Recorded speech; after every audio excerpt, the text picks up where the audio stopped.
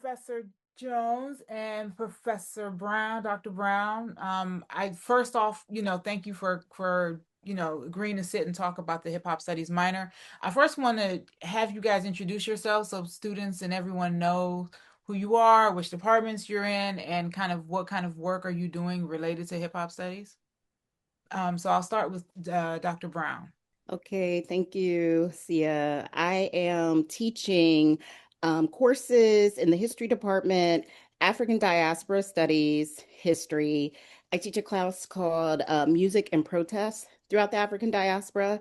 So we do everything from Negro spirituals to Miriam Makeba to Nina Simone. But we know that the hip hop tradition grows out of the blues, and I'm very blues centered. My work, my own research at the moment, I'm working on a couple documentary films. I created a short called Under the Streetlight with a friend I grew up with, Neil Carroll, brilliant public school teacher who's a skilled freestyle artist. So in the neighborhood in Cincinnati called the Heritage, the older kids, I'm the little sister of the crew, the older kids would gather on a street called Menominee under the street light and hang out. And that's how we entertained ourselves, uh, passed the time, spent a lot of time outdoors.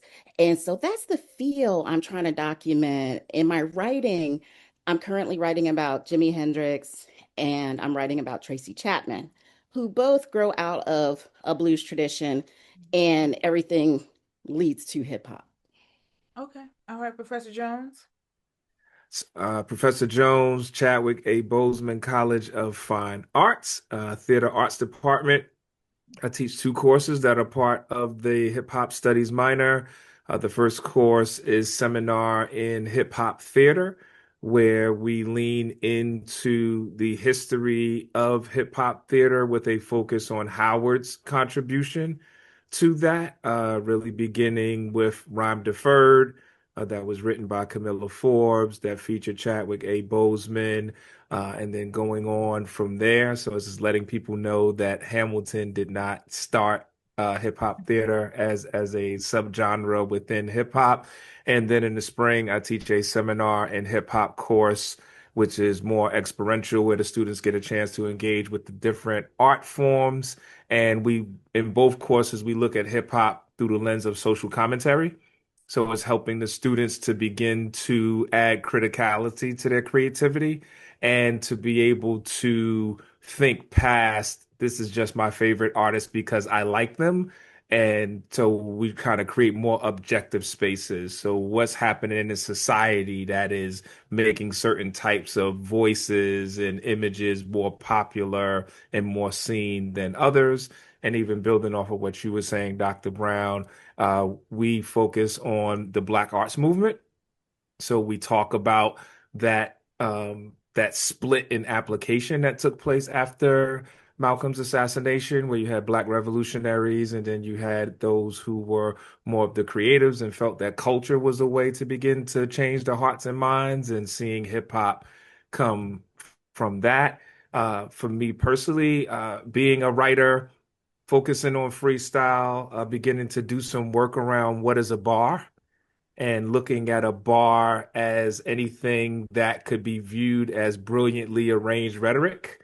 And then actually just the yesterday we had a session called the flow state, where we were looking at thematic and subject driven freestyling, not just from the oral standpoint, but also from the beat standpoint. So there's a student named Timothy Little, and so he was doing some things on the MPC so that the beat was communicating as well as the improvisation, and what does that look like intergenerationally coming together. So yeah, so that's what's going on.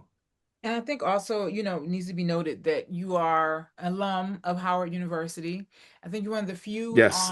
that's involved in hip hop studies minor that did their undergraduate at Howard University. And not only that, but you were instrumental in the very first hip hop conference at an academic institution in Yes. 1991. So I One. think that's major, kind of really coming full circle, being a student and then kind of doing your own kind of practitioner thing and your, community work and organizations and your, work with hip hop ed, and then being able to kind of like engage with students now. I think Yes. also it's awesome that you're both also practitioners. I mean, Tammy, you're a filmmaker, and Timothy, you're an MC. So, Yes. I think also, but the other thing I wanted to point out for students specifically is that Timothy is the faculty coordinator for the College of Fine Arts. And so if you are a COFA Yes. student, he is the one that you go and see regarding, information about the minor, what can you do with the minor, what courses in COFA can Yes. you take. So I also kind of Come wanted to holla at me. point that out. Um, Yes. so kind of looking at your engagement in hip hop, thank you for giving me your background. Oh, I'm Dr. Asia Clark. I'm an associate professor in the African Studies department, and my work focuses on hip hop and social commentary in Africa, especially kind of looking at feminisms in the works of African women artists, not only on a continent, but I've also been looking at women of African descent in the UK and Australia. So just kind of looking at when we talk about Black women in hip hop, when we expand it internationally, it definitely kind of adds new layers to the conversation. Um, so with that, how would you both say that hip hop has had an impact on both the United States as well as kind of the world? But before we dive into that, you need to Mhm. say Dr. Clark is the founding director of the Hip Hop Studies minor. And if you are interested in declaring to be a Hip Hop Studies minor, that form from the registrar that you have to fill out is signed by Dr. Clark. So you can come to me and I can get you to the door, but she's the one that actually gets you into the party. I'll have you outside the door where you can hear the music, but she's the one that gets you in. So I just wanted to make sure that students understand the flow. So now we can go. And if you're in COAS, definitely, especially if you're, all right. So hip hop's impact. I can go since I have a new book of poetry coming out in 2 weeks, and Mhm. it's so clear in this book how growing up in the Midwest during the golden age of hip hop has shaped me as a thinker. So the book is called Sky, Water, Ground, Poetic Witness from the Heartland to the Cosmos. And I'm so proud to be from the Midwest, from Ohio, from Cincinnati. I have Kanye pride, the way that, bracket what you think about Kanye. I still love Kanye. Actually, for my next book, there's going to be a poem called Me and Ye, because there's so many similarities between us in terms of I'd say Black middle class folks with some leisure time to create, right? And the union jobs in the Midwest that allow Black people to become middle class without a college education allow people my generation, like Kanye West, to just have some money and time to play instruments and to paint and to draw and to create. So growing up during the golden age of hip hop has been so formative to my own intellectual growth. I went to a private school that was all pretty much all white from fifth grade to 12th grade. And I learned Black history from my mother. We go to the library. I read Before the Mayflower. At the time, I was reading an Afrocentric scholar called Dr. Jawanza Kunjufu. I was reading him at like 12, 13 years old. And then my mom was telling me about the history of the city of Cincinnati. She has so much Black pride and love for Black people.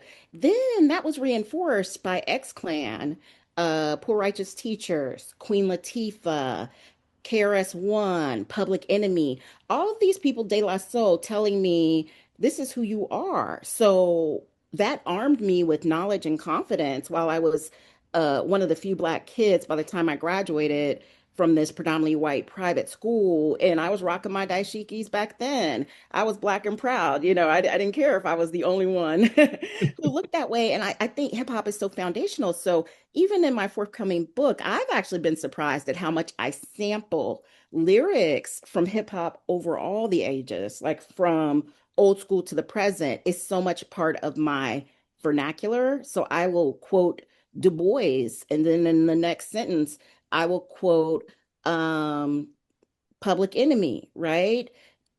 I think that knowledge that we know during the golden age, some of my favorite heroes went to college, some didn't. But I think that knowledge that comes from this organic, self-taught uplift mission, because we weren't taught Black history in school, and it's really not taught properly today. That came through the music. So it's empowerment to me. It's confidence, it's faith, it's grounding, it's my foundation. Okay. For me, good. No, Professor Jones, I was going to say same question. No, okay, I was just say, I am continually learning how much hip hop has and continues to influence me. I grew up in a very strict Christian home. Neither one of my parents really talked a lot about their own struggles and connection to Black history, and I didn't see it as a void until I got older and I get to Howard in 86 as hip hop is starting to reach that national stage. And so not only am I hearing voices tell stories from other parts of the country, I'm meeting people from other parts of the country. And I'm so to add more context, I'm the youngest of five. All of my brothers, we were born in the 60s. My mother and father was born in Virginia in the 40s. So now I realize, like, wow, my parents were born in Jim Crow. They're establishing their family in one of the more turbulent decades in the 1900s, to present day, and none of that was really shared. And I don't know honestly if that was, excuse me, a way that they coped in their own suppression. So it wasn't, so I've never thought about it as a pointing finger of blame, but hip hop began to fill a void that I didn't realize existed, I would say, until getting to Howard and being around this mecca of just black thinkers and intelligentsia. But then I'm in the school of business, and the school of business is really an intellectual factory at that time of this is what it means to be a good worker. And so it was hip hop that just not necessarily was giving me all the answers, but it was teaching me how to question. And so in that regard, that led to us doing the hip hop conference. And for me, hip hop just kind of put the battery in my back to let me know there really was nothing that I couldn't do and I could figure out how to do it. I feel like hip hop is probably the greatest DIY ever created because, your first practitioners for the most part were all self-trained. Now the three of us can go learn how to DJ and be in a nice, comfortable environment, or we can go do a sip and paint and practice writing. But the early pioneers in the arts, they were self-taught. So for me, it's the biggest takeaway is I myself and my existence is worthy of knowledge, is worthy of text, is worthy of study, and I am scholarship. And that to me has come from hip hop. And that's what I bring to hip hop studies. Okay, thank you. Thank you. I mean, I, would echo a lot of what you all both said. I mean, I definitely think we're all kind of members of Gen X, and you know, it's definitely, I think, sitting in a position of like we've contributed the best MCs to hip hop. Like I know it's, I don't even say it's a controversial statement. I think it's just factual. So when you think of Tupac, Nas, Jay-Z, like um we didn't create it necessarily, but when it came to the golden era, you're talking about our era. And so that is also the era where hip hop really kind of takes off around the world. The late 80s, you begin to see hip hop communities kind of pop up everywhere. And so I was originally from Tanzania, and as an undergrad did a study abroad in Tanzania in 96 and 97. Soon as I got this, right after Tupac died, everybody wanted to know is Tupac still alive?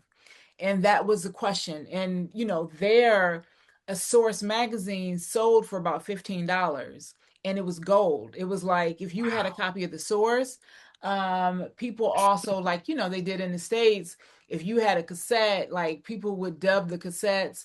And so when you look at globally how people of African descent, especially, but even other communities, latched on to the very vivid pictures that were painted by artists. And so when you kind of like look at Rapper's Delight and other songs, and like these very richly described kind of, situations and communities, I felt like I knew about South Central because of NWA. Like, I felt I had an idea what it was like to live in Compton. I felt like Tribe showed me a little bit of what Queens was like. And so for Black kids, and I grew up in Cleveland, to hear about these things, you immediately feel connected to youth around the world. And so I think honestly, the hip hop had this, the impact yeah, has been immense.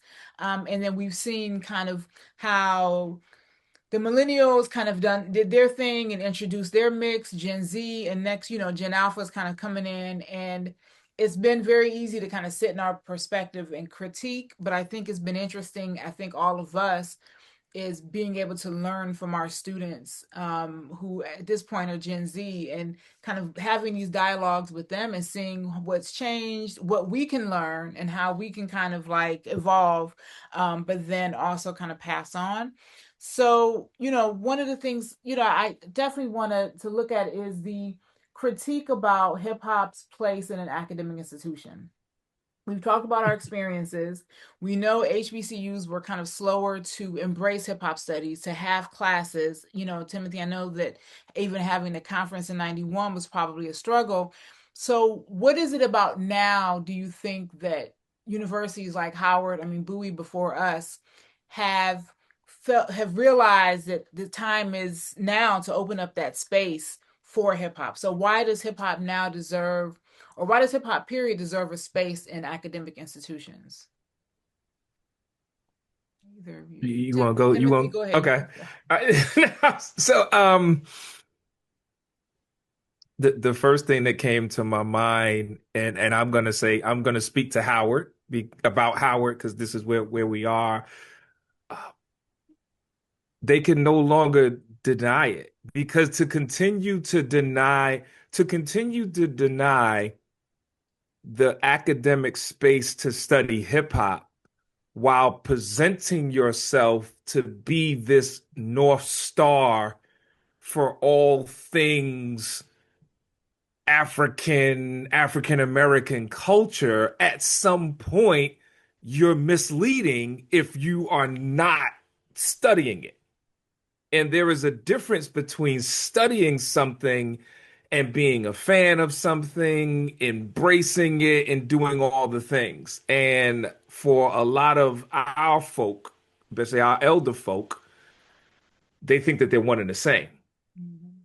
And so by you making it one and the same, you are kind of leading with this moral lens, which could be murky, and that's a whole nother episode. But you're leading with this moral lens before, is this content worthy of critical thought? And and I could say, being in the College of Fine Arts, how long could we be the Chadwick A. Boseman College of Fine Arts? We are, next year in 2027, hip hop will be 54 years old as we know it. 27 years in the 1900s and 27 years in the 2000s. How can you say you are a top university with your finger on culture, world leadership, truth and service, and all of those things, and not study critically a phenomenon that is almost single-handedly shaping and informing how our young people see themselves and see the world? Whether that is a positive or negative, that's something else. So I feel like it got to a position where they can no longer deny it. But then I also think, as individuals like you all, reaching certain status in academies where hip hop has influenced your work, where you're defending those dissertations, you're publishing those articles. It's becoming so loud that I felt like the university couldn't deny it. Okay, Tammy? Yes. So anyone who knows me knows I keep it 100. One of my favorite sayings is speak the truth and shame the devil. So I think with HBCUs, and we are at the Mecca has a long history of elitism. The Mecca comes out of a talented 10th tradition. Du Bois' classic phrase, the talented 10th, was an elitist notion during the racial uplift era, which is 1880s to 1920s, that the top 10% of educated African Americans would uplift the remaining 90%. But who says they want to be uplifted, right? When Garvey comes along and it's more of a populist movement and people can buy in a stock for $1, stock for $5, it takes off across the country and the world because people want control of their own destinies. So when there's resistance at top tier universities like Howard in any way in the past to acknowledge the true legitimacy and importance of hip hop, I personally think it has to do with respectability politics and saying, is this literature? Does it rise to the occasion? Does it make the mark? I say yes, it does. Shakespeare was the popular griot of his own culture, his era, right? Uh Paul Marshall, the Barbadian American novelist, talks about the poets in the kitchen. These are these domestic workers, immigrants to New York who worked in white homes. They sat around the table and told stories about racism they experienced in America. And by sharing those stories, they strengthened each other. It was a cathartic experience. And they celebrated, it's this concept of language as your homeland. They celebrated their own dialect, their own language. So I see hip hop as this vernacular, this organic, intellectual um, production with such firm roots in just cities across the nation and suburbs. I was really moved by the six borough documentary film I saw at the last hip hop conference here at Howard. And that six borough, Long Island, that gives rise to De La Soul. Um, Name some other folks, Tim. Oh, Long Island, some other oh rappers from yeah. Long Island. Oh, so you would have from Chuck D of Public Enemy, Rakim, De La Soul, EPMD. Like Long Island has a really strong history in hip hop, but those individuals were highlighted in that documentary. Yes. And thank you for that assist, Timothy. I got you. Out of you. Booyah. Yes, there you go. And so the point is this. These are young people encountering racism in the suburbs like we encountered in the neighborhood I grew up in. And so these stories are told and retold, and we come together and we share our pain at being harassed by the police. We share our pain at being displaced, but we celebrate. We, anytime I hear a trend like Black Boy Joy, this and that, I don't like trends because they're usually serving some capitalist agenda for somebody to make money. We've been joyful from day one. It's the blues tradition. We've been finding joy in the midst of tragedy and sorrow since Negro spirituals to the present. And to that, the one thing I'll say also, as you were saying, it really just came to my mind, and I can speak to this being an alum, that at Howard, it's probably this way in other institutions, but at Howard, the backdrop of who is being presented as the scholar and how matters.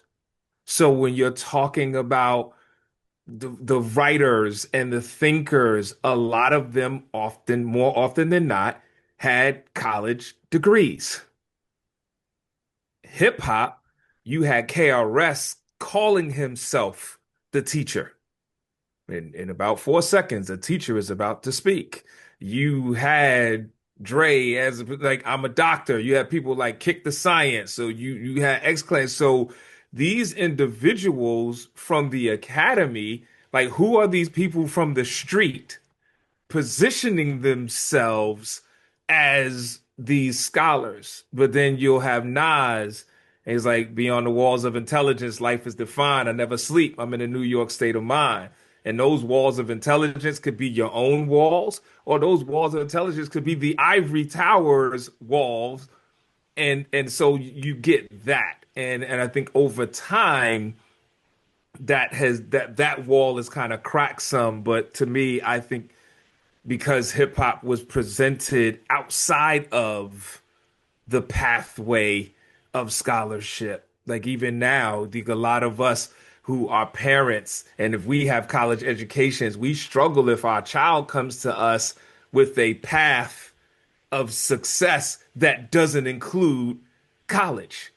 And and that's a real tension point now. But yet there's so many other pathways where people can succeed without going. I love college, and so I'm never going to say anything anti to that. But with that being that reality, it also creates the space for how do you credential a voice of someone being, well, yes, we should listen to that particular, individual who may not have the letters behind their name or the degrees or those attributes, but they might have been the nicest one under that street light in Ohio. And you knew when they came under that street light, they was going to bring the knowledge and everybody was going to pay attention. Yeah. No, I would agree. I mean, I think definitely the argument that hip hop doesn't deserve to be or studied, I think has been really broken down. I mean, when you think of the first kind of generations of people who were writing their dissertations on hip hop and their advisors were telling them this is a fad, it's not going to last. There were people who I'm sure were talked out of doing dissertations on hip hop studies because of their advisors and their departments wouldn't allow them. And it may be one of the reasons why some of the foundational scholarship comes from people who were not in academia. I mean, people like Joan Morgan, who was a journalist. I mean, so you had, and then even when you look at the publications, when you look at those first seminal books that were coming out, one, they were written by hip hop heads themselves, and two, a lot of them were not published by university publishers. And so they were published by alternative presses, but went on to be these immensely influential text when it came to developing the field of hip hop studies. And so there was a lot of work put in by, those that kind of came before us in academia. But I think also, kind of going back to the generational thing, as we came of age, we also got into positions where we could offer a course, where we could design a course, where we could propose a minor. And in proposing a minor, there were people on the board of trustees who were of that same generation who saw the value in the minor. So things that we couldn't have imagined in the 90s when we were in college, now that we are older and in positions to make things happen, we're able to do that because we, definitely recognize and have always recognized that. Um, Yeah, I mean, so our current president is part of our generation. exactly. So that's different. Yeah, Mhm. yeah. So I want to pivot to the conference. And so could you talk a little bit about what the hip hop conference is about? Kind of, what who attends the conference, why would students be interested in attending and why would non-students like what do you, what say you about the hip hop studies conference? Okay. Well, the Hip Hop Studies Conference, it takes place every November. November is Hip Hop History Month.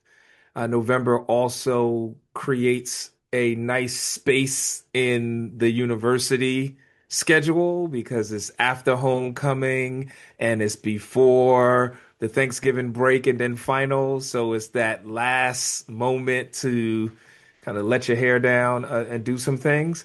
Uh, the majority of the participants that come are students, and it's not just students from Howard University, students from other universities as well. I think the Hip Hop Studies Conference, we've kind of created a niche for scholars and practitioners to present their work in the different stages that you may get someone who, hey, I have 10 minutes of this documentary I'm working on and I want to come in and do something. Or it may be somebody who this may be the first time that they're presenting at a academic conference. And I love the way we kind of take that term and make it more malleable than some of the other conferences where people wouldn't even present because they wouldn't have the qualifiers to do that, but yet they get to interact with PhDs and people who have been researching different things for years. So I it's a great community of scholars and thinkers where the entryway in isn't the standard. It's what you do once you come in that creates the standard. And I think a lot of other spaces put so much emphasis on the standard to get in that it leaves some of the brilliant genius on the outside because they don't think they belong. Tammy? Mm. Yes, I'm I'm going to pick up on some threads that Tim just mentioned. I love the fact that it's intergenerational, that you have students, you have undergraduates, you have graduate students, you have professors, you have scholars from the United States, you have people from all over the world. So I am fairly new to Howard. I've been to two hip hop conferences, and really, I was blown away, especially with the first conference, meeting artists from South Africa, meeting students who were born on the continent but might be studying in the United States now, and just hearing all these ideas. It was just like such a vibrant exchange. And I think I cannot overemphasize this enough. It's fun.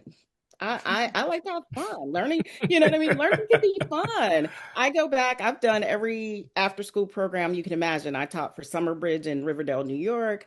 I used to teach for Upward Bound in Trenton, New Jersey. I taught lots of after school programs, creative writing. I'm a poet. So, this concept that we can actually be scholars and have fun, I love the fact that's integrated. And I love the fact that I don't feel a hierarchy. I think, as Tim said, everybody feels welcome. I get that vibe. It's an energy.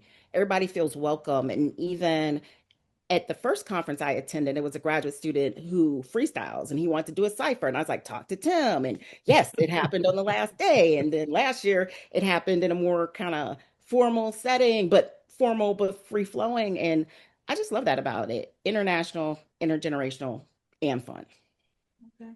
Yeah, we're definitely looking forward to the conference this year, November 13th through the 15th. We've already gotten the registration page up. So, as you know, usual, Howard students are able to register for free.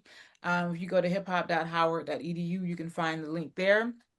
But I do think it is fun. I mean, I think that it's fun for us as faculty and organizers and as lovers of hip hop, but also with our students, they're connecting with people from other departments, but other universities. Trinity College in Hartford sends students every year. Last year, they were so impressed with our students, they asked, could they come to their hip hop festival, which is next weekend? And so some of our students who are beat makers are going to be participating in their beat making uh thing. I don't know quite what they're doing. And then some of the MCs I learned are going to be able to record music with some of the other MCs that are going to be there from around the world. So that should be interesting. People rapping in different language. When you've heard someone flow in Russian, it's like and that's what people are like, well, how do you understand another language? Hip hop is, I mean, you know a good flow, no matter what language it is. You know when the flow is hot. And so seeing people in a cipher when they're rapping in different languages is like a thing that these students are going to get to experience, and I'm excited for them. So I only got a couple more questions. How can students benefit academically and professionally from minoring in hip hop studies? Mm. So, Who you want to take that first? I can Tammy, go. you can go ahead and go first. Yeah. And I'm gonna shout you out, Timothy. I think I get it. We have a lot of students who overlap. Yes. Our students who overlap, who take classes with Timothy and me at the same time, they rave about Professor Jones' classes.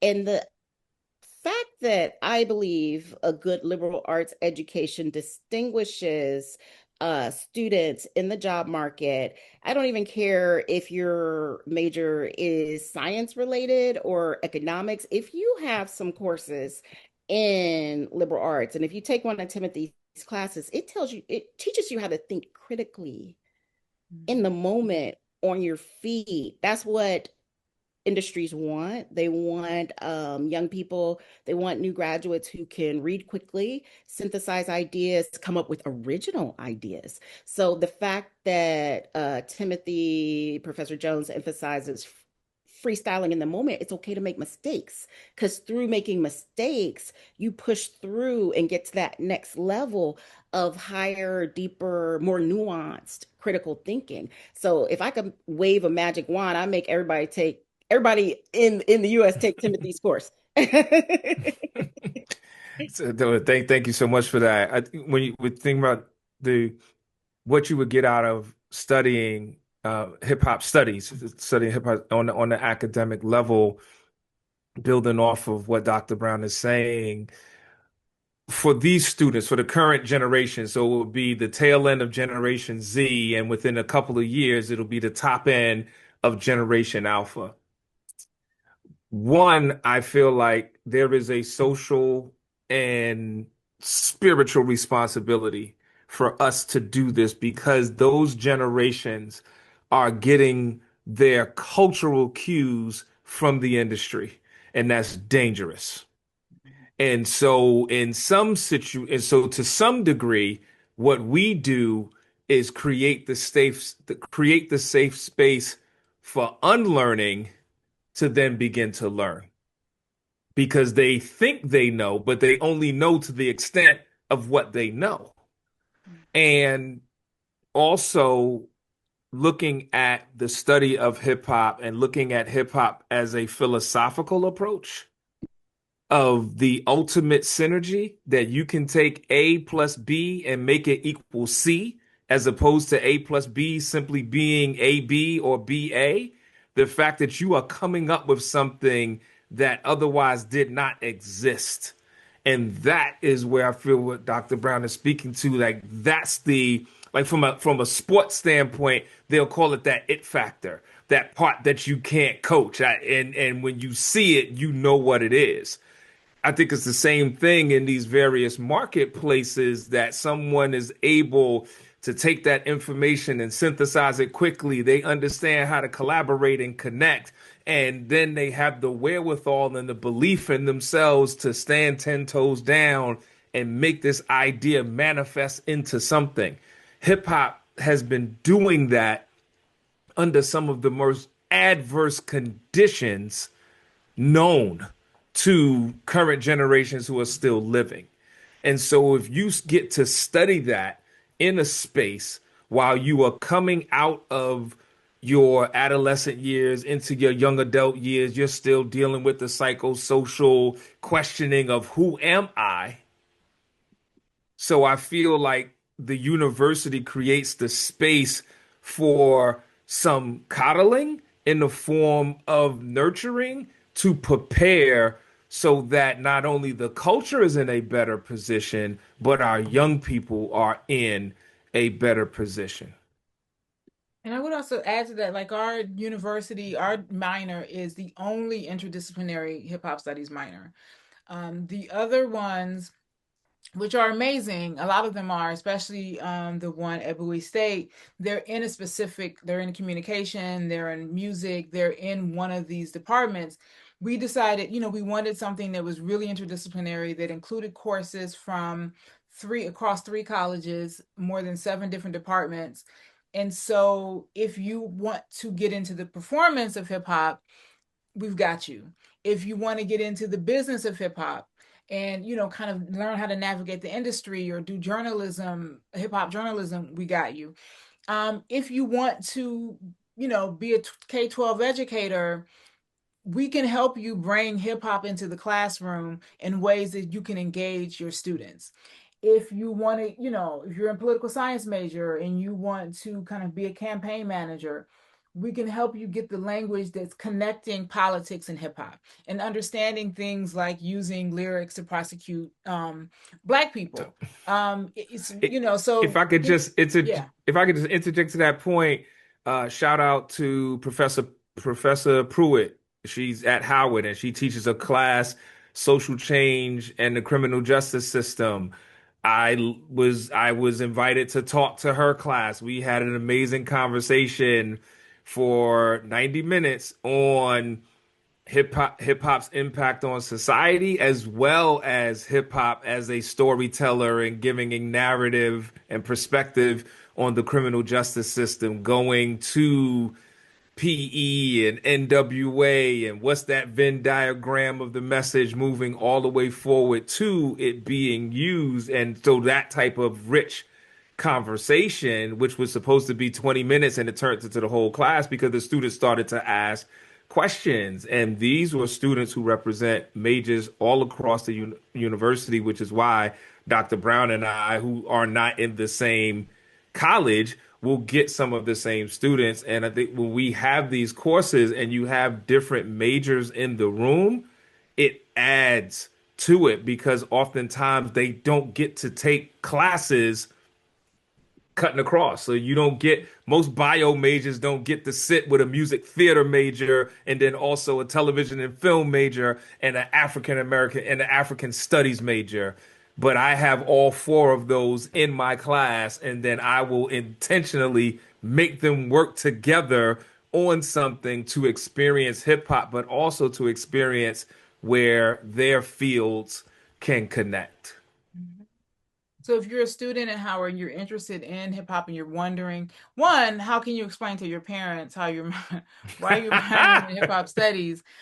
You should reach out to any of us. I mean, there are several. If you again go to hiphop.howard.edu, the affiliated faculty, the faculty who are affiliated with the minor are there. If you see a name you recognize or a department that you're in, simply reach out to that person and say, "Hey, I'm thinking about this minor. How does this apply to what I'm trying to do?" And they can help guide you. And there will always be an answer and a response of how this can be relevant. You can contact, any of the three of us or the main email address, hiphop@howard.edu. And if you're interested in becoming a minor, the form is on the registrar's website. So it's a DocuSign form. And again, the information on the courses required are on hiphop.howard.edu. And then the form, gets approved. So I want to kind of end with, we talked, a lot about our history and, who we listen to. And I want to know if you can identify 3 to 5 Gen Z MCs that you like, that you listen to. I'm just curious because, and I'll say one of the things when I first taught the hip hop in Africa class, and I read my course comments, one of the students said, "How is she going to teach us about hip hop when she don't even know what we're listening to?" And I took that to say I read the comments, I love the comments. From that point, I started to have them do playlists and started listening. I found out about Meg that way and like I found out about a lot of artists, and was really grateful for that student giving me pushback. So I'm curious to see, are there 3 to 5 artists that you listen to? I'll let Tim go because I don't. I confess. I uh, listen to blues music, y'all. I confess. uh, G Herbo, Mm-hmm. Larizi. I really like La Russell. There's a sister named Brianna Shanae who I'm really feeling.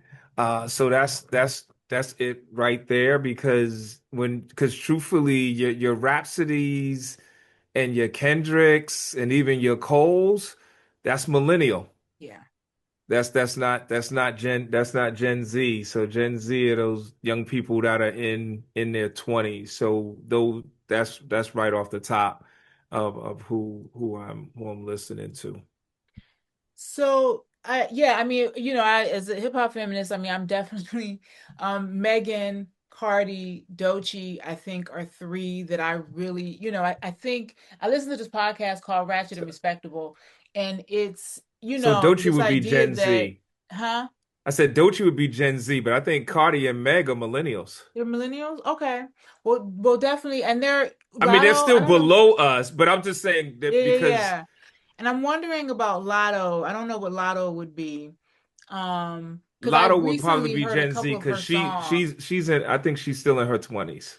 Okay. I heard a couple of her songs and really, really appreciated her music. Um, and so there's, again, like the podcast Braxton Respectable is this kind of idea that, you know, that yeah, I mean I have a PhD and all these things, I'm a professor, but the ratchet is I mean there's politics in the ratchet.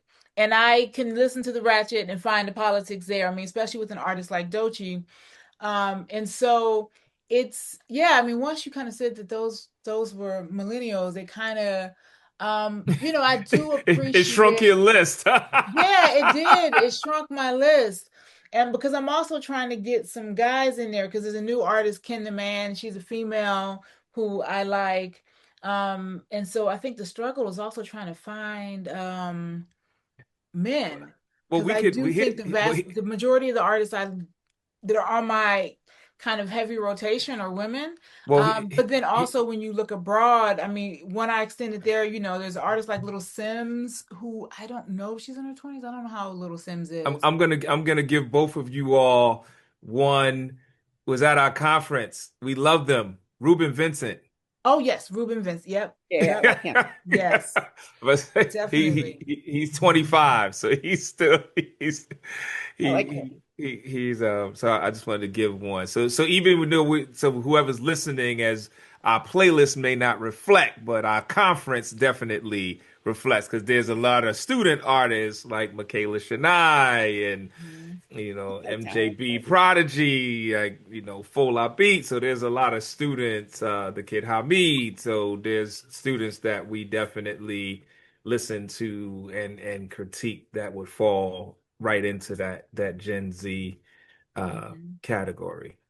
And I think we Mm. we all appreciate the exchange. I mean, I know, focusing on international rap, when students hear MCs from other countries and they didn't even know that there was hip hop in this country or that there was hip hop that was good, that's always great introducing students to artists, but it's also great introducing to art students to artists from my generation that they may not have been as familiar. I mean, even with the DOC, none of my students really knew who he was. So introducing them to that, and I'm like, he was they were just like, no. And so introducing them to those artists, so being able to kind of hear who they're listening to, and again, that whole kind of being able to play some of these songs in the class and then have them, I think it's it's great. um so yeah, I mean, I think with the students, I'm not gonna get in the drill, but I've heard the students. I'm like, okay. And I have understood that when older people attacked gangster rap and labeled everything gangster rap, that we even wasn't gangster rap, and how defensive we were. And I hear the same rhetoric around drill. I don't want to automatically kind of take that anti-drill stance. I'm skeptical and I'm concerned about people rapping about crimes they committed. It just doesn't seem smart. But also listening to students when they say that that's not all that drill is. So I've been learning and like, okay, I'm not about to start listening to a bunch of drill, but I hear you and am not also going to condemn it just because of what I've heard about it. So I do want to say students, we welcome that dialogue. We welcome that kind of exchange of information. So yeah. As we one of the things as we closing within hip hop studies, it's really working to create what is that framework to be able to listen outside of your own personal preference, Hmm. because that's really where the challenge is, because you're right, we've all experienced adults in our lives turn that off, that's it, and this that and the Hmm. other, and you're going to hell if you listen, but that's a Hmm. whole different Devil's space. music. The devil's music. That I confess, I was a goody two shoe. When NWA came out, my oldest brother had this like Camaro, right? With like Kenwood booming bass, feel it in your chest. I was 10 years old and I was holding my ears. I was like, Jesus doesn't like this music. Wow. I No, I was a was the goody one goody. sneaking back. we're done. Yeah. All right. Peace, y'all.